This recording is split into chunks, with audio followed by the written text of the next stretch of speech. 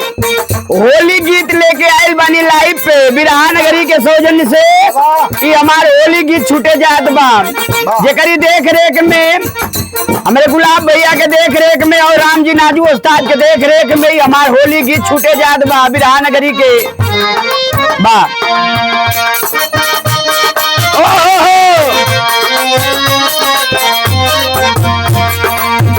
रंग बरस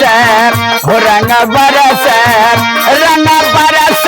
फागुन महीनावा में रंग बरस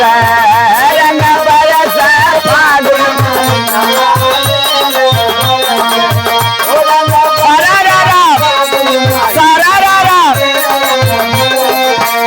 रंग बरस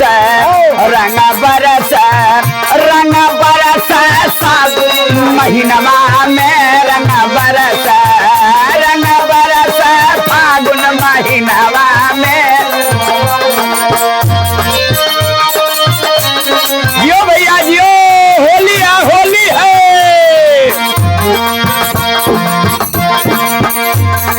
घरों पे बरस दुआरों पे बरस घरों पे बरस दुआरों पे बरस घरों पे बरस दुआरों पे बरस बरसला बरसला पीछे अंगनवा में रंग बरस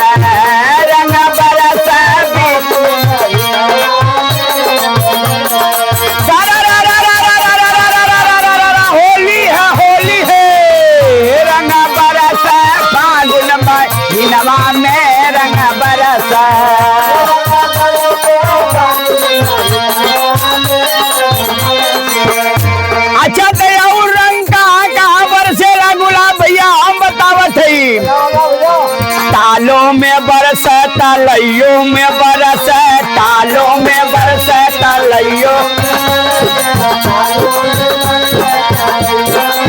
तालों में बरस तलैयों में बरस बरसला खेत खलिहनवा में रंग बरस खेत खलिहनवा में रंग बरस।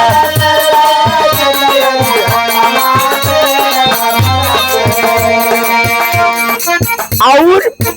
रंग होली के महीना में खेत खलिहान में सगतो बरसेला और कहाँ बरसेला केकरा पे बरसेला मटकी पे बरस पतरकी पे बरस मटकी पे बरस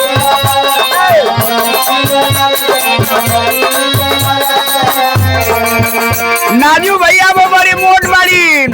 हाँ यार शैलेंद्र वो पातर बाड़ी वो नौ पे बरसता मटकी पे बरस पतरकी पे बरस मटकी पे बरस ए गुलाब भैया मटकी पे बरस पतरकी पे बरस बरसला गोरखी सवरकी पैरंग बरस फागुन रंग बरस फागुन महीनावा में रंग बरस। और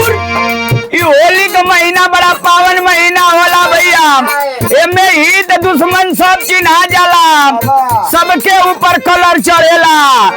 राम जी पे बरस गुलाब पे बरस राम जी पे बरस गुलाब